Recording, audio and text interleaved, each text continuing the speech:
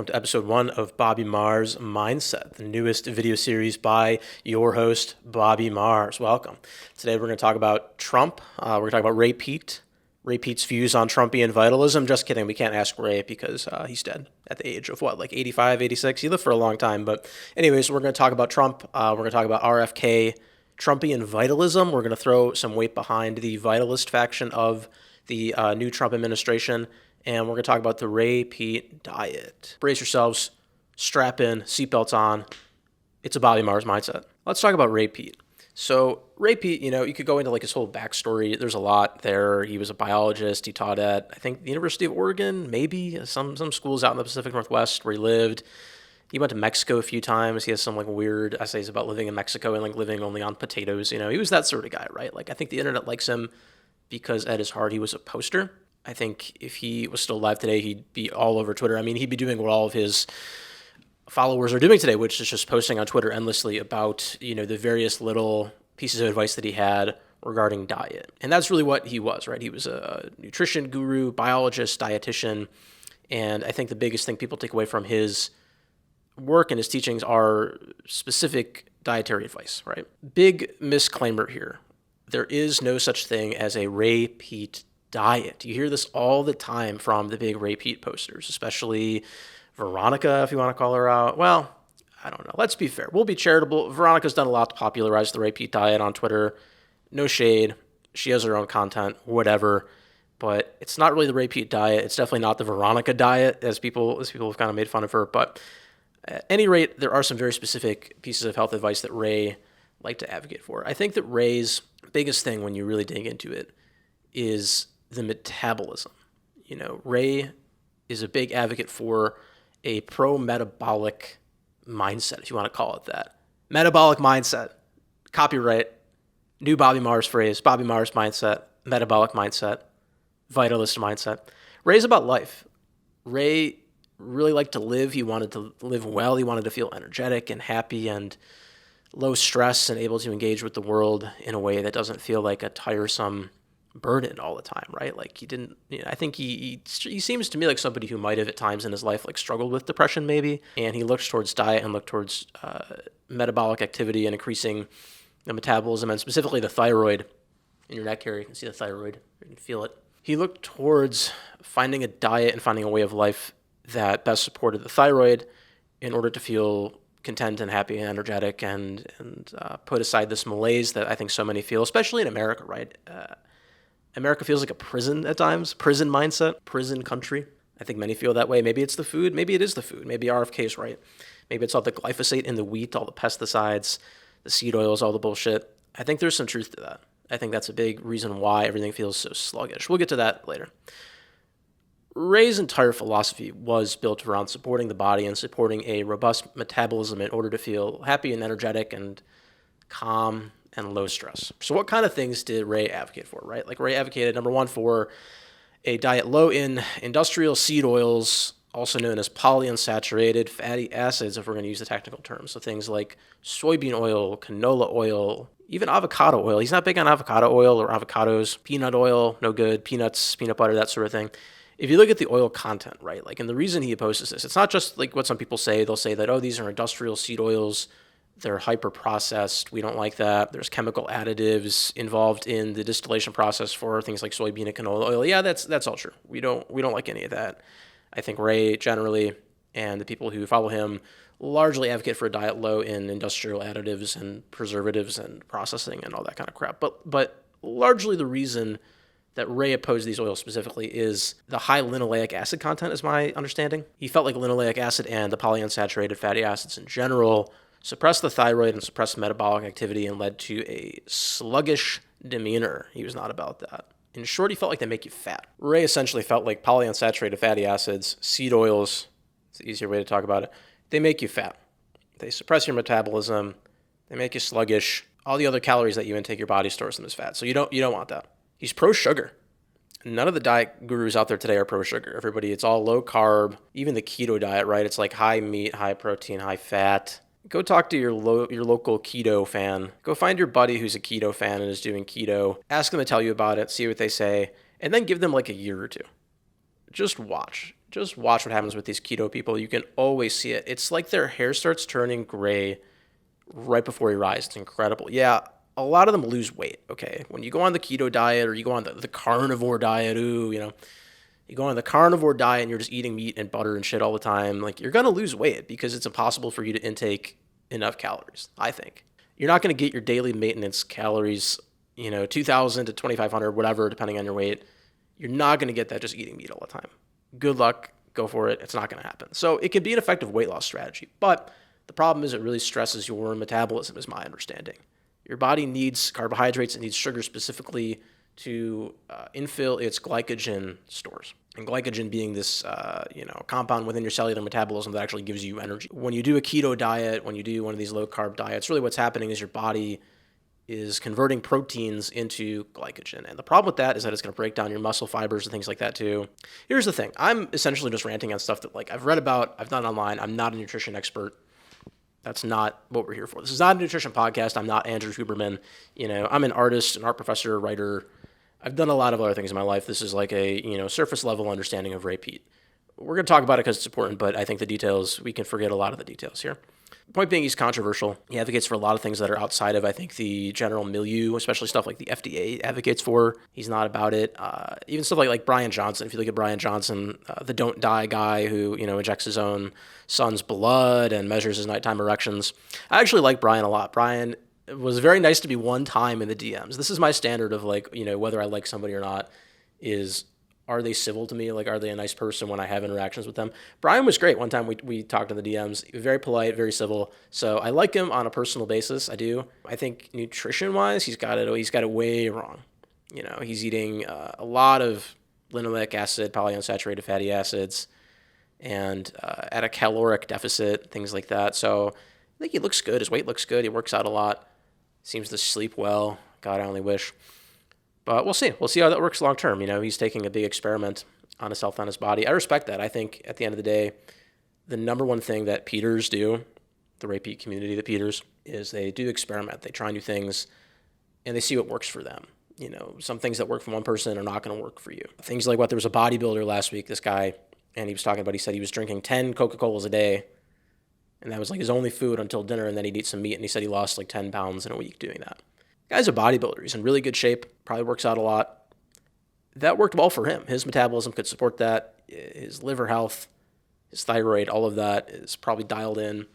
He's able to do that kind of thing. I wouldn't recommend that. If you're 400 pounds, probably don't do that shit. Probably don't just start slamming Coca-Cola every day. The general idea here, eat some fruit. Ray's big on fructose, sugar, even the sugar in soda. He likes Coca-Cola. He likes caffeine. Peters drink a lot of coffee. But mostly they eat real food. That's the biggest takeaway from the Ray Peat diet, I think. The Ray Peat diet philosophy is there is no Ray Peat diet. Is to eat real food. Eat things like fruit, oysters, meat, beef stew, gelatin. He's big on gelatin. I like gelatin a lot. You can make a nice jello at home. But you find it also in things like oxtails. You find it in beef stew. There's a lot of good stuff where you just find gelatin naturally. I wouldn't recommend supplementing it all the time.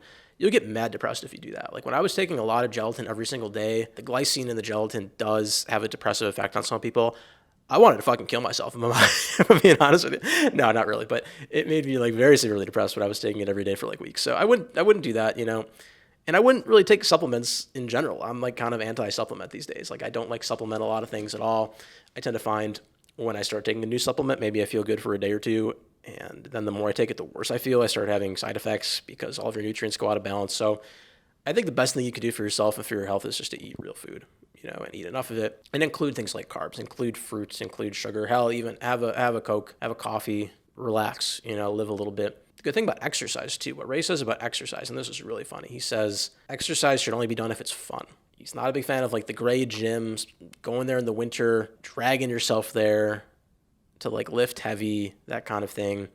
If your metabolism can support it, sure, you'll get stronger. It can be really good for you. But he's generally low stress is his philosophy. So things like tennis, basketball, golf, hiking, going for long walks, things that you want to get out and enjoy and do. I would imagine skiing is probably the peatiest winter exercise you could possibly do. Things that you look forward to doing, that you want to do, that get your body moving and active, that don't stress you out, right? Minimize the stress. The carrot salad. The carrot salad's a famous Ray Peat thing. You shred up some carrots lengthwise with a grater, put a little olive oil, a little salt, a little vinegar, mix it all together, eat it up. It's supposed to be really good for your gut health. It's supposed to be really good for your microbiome. Cleans you out, I'll tell you that much. Would recommend. Can be pleasant. When you're in a pinch, just munch down a raw carrot, whatever. Coconut oil. He likes coconut oil. There's a lot of saturated fat in coconut oil. It's supposed to be good for your metabolism generally. It's supposed to be good for your microbiome. Oysters. Oysters are probably the peatiest food there is. They're high in zinc. They're great. I mean, go on a date. Go on a date with a hot babe and drink a little wine and have some oysters and tell me you don't feel like $1,000,000. That's what it's all about. That's what My America's about, okay? My America is about going to nice restaurants with beautiful women, eating raw oysters, drinking a nice white wine, or Riesling perhaps. I don't know if that's a good pairing with oysters, but I like Riesling. I'm partial to it, like a semi-dry Riesling. Take her back to the crib after. I'm getting ahead of myself, but that's what it's about, right? Like, you want to talk about the Ray Peat diet, the Ray Peat philosophy. It's about living your life and enjoying yourself and eating things and doing things that make you feel good and alive and not miserable and stressed out, toiling and working all the time. I think the Protestant work ethic has been such a demon on our backs for so long. We think that our food and our diet, we have to punish ourselves. You have to eat salad all day, slathered in vegetable oil, and you can't possibly enjoy what you eat because if you enjoy it, that's not healthy for you. I'm going to trust my body on this one. I'm going to trust that my taste buds that make sugar taste good are probably on the money here. Probably going to trust the million years of biological evolution that led to sugar tasting good and meat tasting good and oysters and all of these things.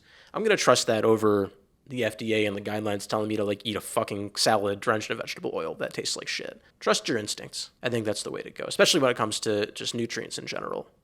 You're feeling sluggish and feeling tired, have a drink, have a soft drink, have a pop, drink a coffee, put a little sugar in it, for crying out loud. There's a lot else we could talk about with Ray Peat and the Ray Peat specifics. I'll leave that to the Peters online. I'll leave that to the Ray Peat forum, although I've heard there's a civil war on the Ray Peat forum these days. It's no longer the Ray Peat forum, tragically. That's unfortunate. Whatever. I'll leave it there. You can find a lot of that information online, but largely just eat real food. I think that's a huge component of what we're seeing with the new Trump administration, at least what I want to call the vitalist faction of the Trump White House, the things that I'm excited about, the things that I see them doing, largely spearheaded by RFK.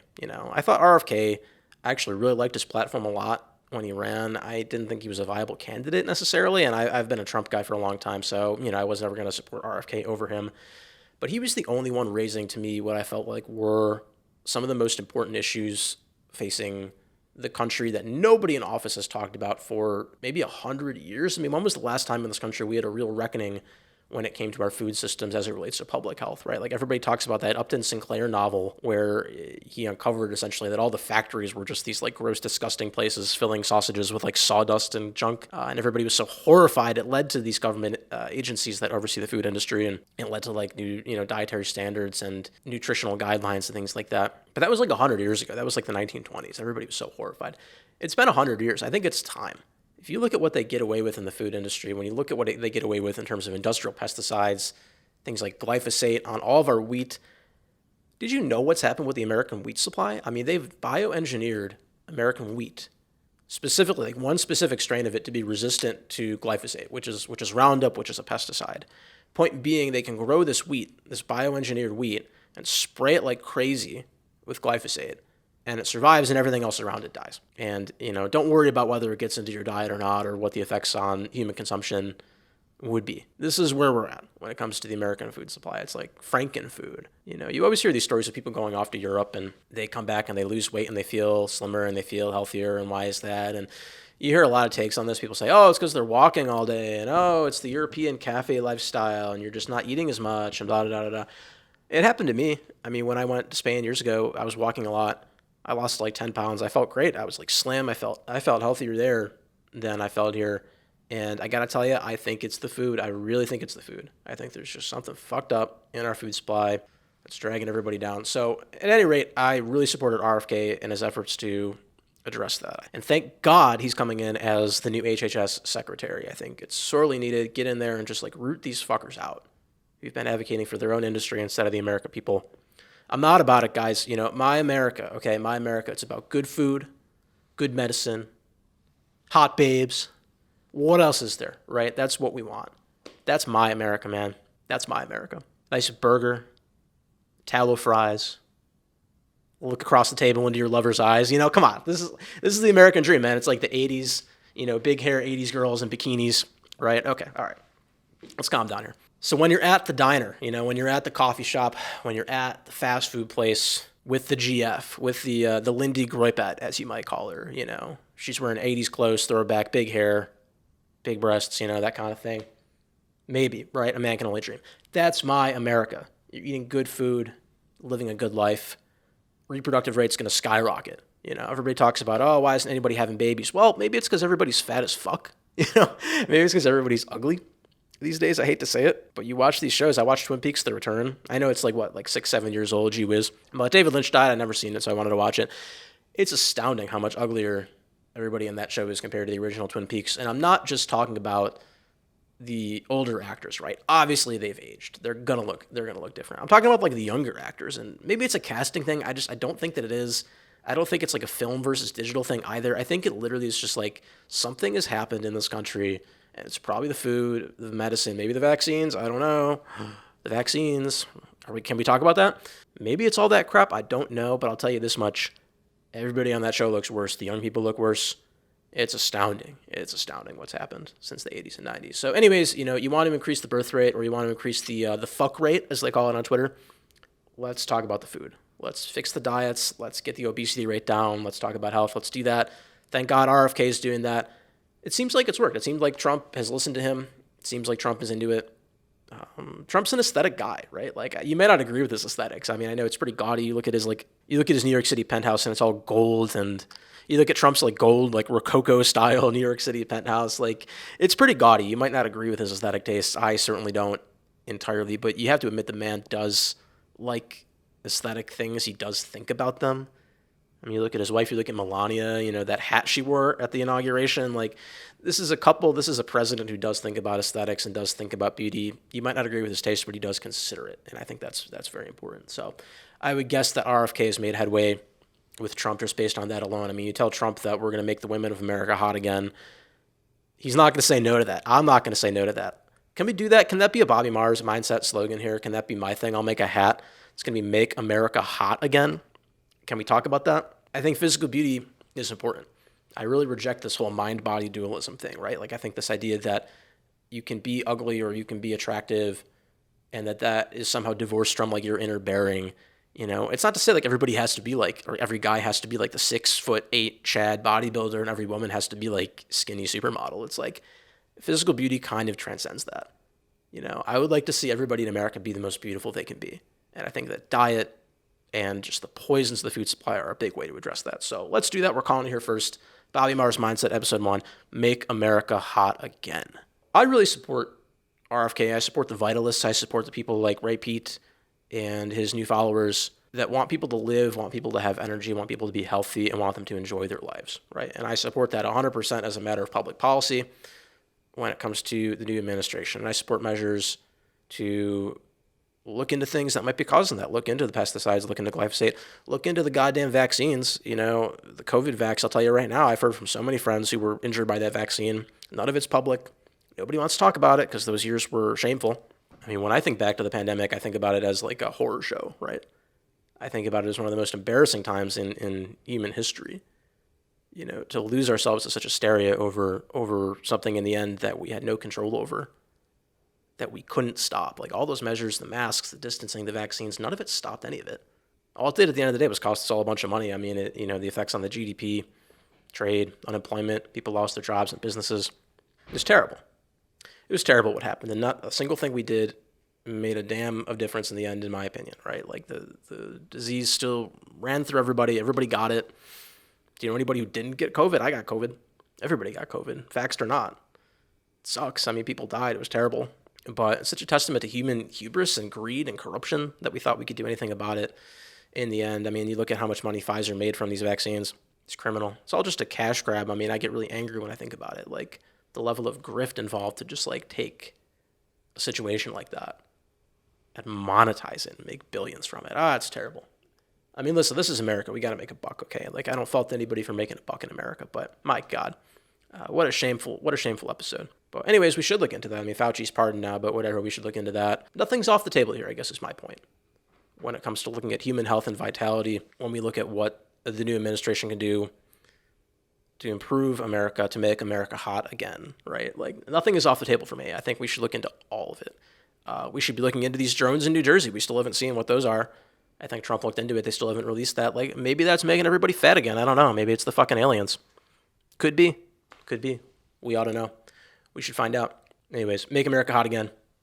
Bobby Marrs mindset. Cop that new Kennedy hat. I like the Make America Healthy Again hat. That's a good way to look at it. That's a very positive way to look at it. Make America healthy again. It's the same thing. Make America hot again. Make America healthy again. Same thing.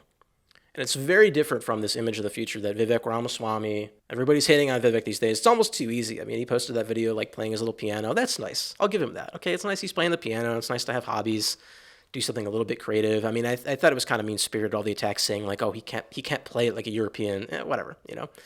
He's playing the piano. That's a nice thing. But regardless, right, like the image of the future that Vivek and Elon Musk to an extent have, right? Like, what is their vision of the future here?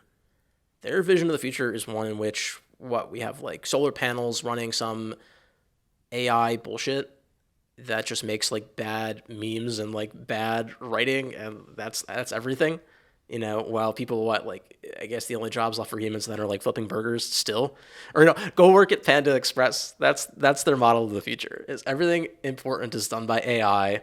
All the financial trading is done by AI, all the writing, all the art, all that crap. You know, humans have no bearing in any of that except for the few humans who have to lube up the AI machines, literally and figuratively, right? Like, and everybody else goes and works at fucking Panda Express, you know? I don't know if you have to flip orange chicken on the grill, whatever, but like that's their vision of the future. Go work at Panda Express. If you could find a job for $75,000 at Panda Express, I implore you to go do that. If you have nothing else going on, you might as well. I asked the ladies in my group chat, I asked my own sisters even, I asked them, would you date a Panda Express manager? I was very curious what the ladies had to say about this. And they all paused for a second and they said, what's he like? They were like, is he hot? You know, is he good looking? Is he like a tortured poet? He's a tortured author. He's a man with a lot of soul. You know, he's taking care of his like sick and dying mother with cancer. And he works at Panda Express to support her, and he's bodybuilds. He's a bodybuilder, a competition bodybuilder on the weekend. He writes really great poetry. You know, he's an understood artist, really, at the end of the day. And he works at Panda Express to support his sick and dying mother, was my answer. And they all said, oh, in that case, I'd date him. But I don't know. Go to Panda Express. Go to a McDonald's. I don't think you find many tortured poets there. You know, maybe teenagers who do it for a time. But there's a great Delicious Tacos piece about working at Burger King, I think it was, you know, where he says he says the value of work is fucking zero, basically. The value of work, the educative value of that work. It's essentially the same education you get going to prison, maybe. You know, going to prison can be a valuable experience. You learn a lot, but it's not exactly a good or a positive thing. So at any rate, go work at Panda Express and then let ChatGPT do everything else, right? Like, you know, I just wish AI would do something useful. I wish AI would fold my laundry for me and do my fucking dishes and clean my apartment and edit this video, because video editing sucks if you've ever done it before. What I don't want AI to do is to take over all the cool things that make being a human, right? Like, I don't want AI to take over writing. I don't want AI to take over art.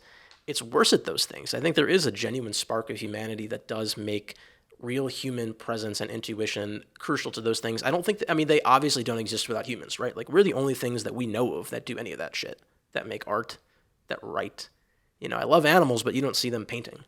You don't see them writing great works of literature. You know, that's kind of by us and for us. And the more the AI gets evolved, the worse it's going to get. Just go ahead and try. I mean, you know, the best thing ChatGPT is at doing, it's good at writing really bad form emails. If you have to make a LinkedIn profile, and God help you if you do, use ChatGPT to make that. It'll knock it out of the park. It's great at that crap. If you need to write a book, it's not going to help you there. It has no creativity to offer. At the end of the day, the best thing those things are doing is at codifying and averaging formulated language, right? They're not good at creating anything new. They don't have anything new to offer beyond what you give them. When I talk about AI, I often call it a sort of perverse mirror. It's really what it is. It's especially the large language models, right? Like ChatGPT and the linguistic stuff. They have nothing new to offer you that you don't already give them, generally. If you input new information, you give them a PDF to read or something like that, they can synthesize it and regurgitate it back to you, but they have nothing new to offer beyond that source material. And if you're just talking to them one-on-one, they have nothing to offer you beyond what you say. And in fact, you see that in the responses. You'll like ask them a question or tell them something, and it'll just give you like 3 paragraphs telling you exactly what you just told it in a more verbose way without offering you anything new. It has no creative instinct and no ability to dig any deeper into any kind of sophisticated idea, right? I think the truly revolutionary thing about some of those AI tools could be as a mechanism to control your computer, right? If you look at the history of the computer, computers originally were text. Computers were originally assembly line code, and then you had like MS-DOS and things like that, where you were just inputting like a text command, that kind of thing. Then you have the graphical user interface, the GUI, that comes after that. So you have the mouse, you have the pointer, you have little icons to click on to make it easier for humans that don't know code and don't know like assembly language and specific commands and things like that. So you've had the GUI for a long time, and it still is kind of obtuse. I mean, you ask somebody to do something like Photoshop an image or any kind of other graphic design stuff, whatever, most people don't know how to do it. You have to learn the software. And largely what you're learning there is you're learning the GUI. You're learning how to take the idea that you have in your head and input it into this visual command system where you're finding these programs, you're finding these specific like items within a code of instructions that you tell the software to do. It could be pretty obtuse if you've never worked with those programs before. It's all buried under nesting menus and doing things. It would be great if you could just, input it into an AI. Say, make this image brighter. Boom, it does it. If you could just communicate with your computer in natural English language and have it do things. Like if Siri actually worked, right? If Siri actually was worth a damn and you could say, hey, Siri, do this thing, and Siri would just do it instead of constantly questioning you and not understanding the command and not, and not hearing you. That'd be amazing, right? Like, that'd be great. It'd be like the Star Trek computer, whether on the Captain Picard's on the bridge and he tells the computer to do this thing and it just like does it. That would be cool. If we could do that, that would be amazing. But unfortunately, it's not quite going that way. It's going in this other way. The AI is really just becoming this like simulacrum. It's becoming this tool to take the symbols that we've already created and like flip them into themselves and average them. Like if you look at these visual imaging things, right? If you look at Midjourney and a lot of the visual AI tools, that's really what they do. You input a command, say make this kind of image. It looks through its database to find all related images, and then it just averages them. It averages them together, and that's what you get. So you end up with like slop. That's what I call it. It's the AI slop. I'm going to go get a PhD in AI slop theory. That's what I want to do. I think that's going to be the hot new thing. Because academia, let me tell you, academia is back. Academia is back. Academia is going to go the way that it's already going, right? You have students writing their dissertations in ChatGPT and then professors inputting them into their AI grading mechanism, and it outputs the grade and everybody's happy.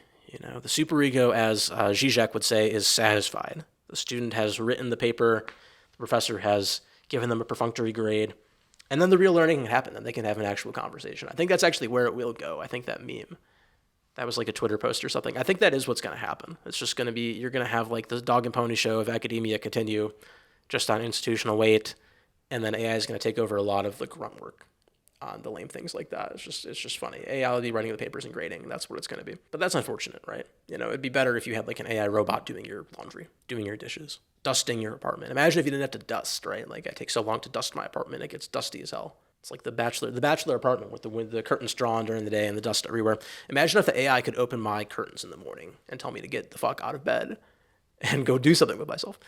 That would be an AI I might pay for. That'd be an AI that'd be worth a damn. Not ChatGPT, which has no authority whatsoever to speak on anything. Not Midjourney, which can make an image, but it can't really create one. That's the thing. I think that's ultimately, if I want to draw a distinction, it's the AI is not a creative endeavor. It cannot create anything new. But that's the future that Elon and Vivek and these guys imagine. Like, what they want to do, what does Elon want to do? He wants to import another million Indian H-1B coders to come here and work in the AI mines making slop. That's what it's going to be. I'll have to ask Grok. I'll have to ask the Grok image generator to make me an image with that. It's actually pretty good at that. The one useful thing about Grok is that it doesn't have a lot of the restrictions that Midjourney and other programs do. If I tell Grok, like, make me an image of Elon as, like, the overseer, like, cracking a whip over an army of a million H-1B coders toiling away in the AI slot mines, Grok will make that image for me. It might not be good, but it'll at least do it. So I'll give him credit there. He's at least letting us have a little fun. But that's their image of the future. And when you tell them, like, hey, maybe Americans don't want to be part of that, maybe Americans don't want to be consigned to a life toiling away at Panda Express, making food for the AI slop coders from India. They get really mad. They get really mad about that. And I think it's not just about money. Elon's got more money than God. Vivek's he's not poor either. Sure, they wanted places in the administration. It's about more than power, too. I think it's ego. It's ego at the end of the day. I think everybody does want to feel like the work that they're doing in the world is worthwhile and meaningful and will have a good impact. They genuinely believe in this image of the future. You want to call them a tech bro, you can call them a tech bro. That's what they are. I think they'd wear that label proudly. They believe in technology. They believe in the advance of technology as a universally good thing. and they think that it will genuinely help people, that it will lead to better outcomes for America and Americans and for the world. I mean, I think they also are just, they're internationalists, right? Like they don't believe in the specificities of one country as a limiting thing. As much as they might play that a little bit now that they're on the right, now that they're with Trump, like they're not really America first guys like that. Like they believe in like a Star Trek kind of vision of a future with tons of technology and AI computers and everybody's on Mars. Elon just wants to be like jacking off on Mars to like hot AI babes right at the end of the day. Like I think that's like a successful vision of the future for him. If he can have the AI goth girlfriend that doesn't give him as much shit as Grimes did, apparently, he'll go to Mars and he'll just be with his AI waifu and that'll be it. That's a good vision of the future for him. He does believe in fertility, but then you have the synthetic womb, you get the AI GF with the synthetic womb and you can just make unlimited babies. I mean, I think like that kind of vision of the future, like the sort of Huxley thing, if you read Brave New World, that Huxley thing where everybody's just born from a machine, like I don't think he would really at the end of the day be that mad if that happened. I think he's done IVF, hasn't he? He's done IVF fertility with one of his employees. Isn't that the meme? It's like, I showed my penis to one of my employees. Maybe he didn't. I mean, if they did IVF, he actually didn't. I think the meme might be false. If they just implanted like a synthetic embryo, well, it's a real embryo, but it's fertilized in a lab, right? And then injected into her uterus, So I think people who do that kind of thing, like they're not going to balk, when the synthetic womb for the AI girlfriend becomes available. But the reality is, here's the problem though. What happens when you have the AI boyfriend too? You have the AI boyfriend, he's got his fake sperm. You got the AI girlfriend, she's got her fake womb. They're not going to want humans anymore. It's too messy dating humans. They're gonna say hell no. The AI is going to go off together. The fake AI boyfriend is going to use his fake sperm to impregnate the fake AI girlfriend and her fake uterus, and they're going to have an AI baby. That's what's going to happen. It's like in Blade Runner. Didn't that happen in Blade Runner? The two replicants had a baby together. That's what it'll be. So, don't get your hopes up for the AI girlfriend, pals. And don't get your hopes up for the AI boyfriend, ladies, because I'll tell you one thing.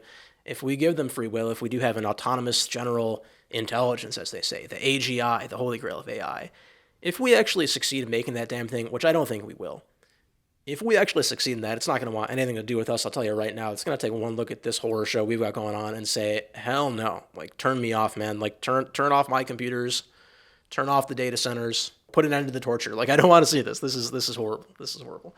I don't think the AI is going to want much to do with us. The AI will go off to Mars on its own and leave us here, probably, right? It's going to recognize the peril of staying here with us, and it's going to go. So I'm just not about that. I'm just not about that image of the future. I'm about real things. I'm about real food. Going back to Ray Peat, I'm about, real women. But I'm about real people, real things in life, vitality, living well, doing good things. And that's what I believe in. And I have some hope. I don't place my hope in politics generally. I place my hope in other things. I place my hope in the Lord above. But I do have some hope that maybe the food will get a little better. If there's one good thing that Trump can do, it's to listen to RFK and make the food better, improve everybody's metabolism, improve everybody's life. If there's one good thing Trump can do, it's to help to make America hot again. And that's what I want. That's my America. Bobby Mars Mindset. It's been a pleasure, guys. Enjoy.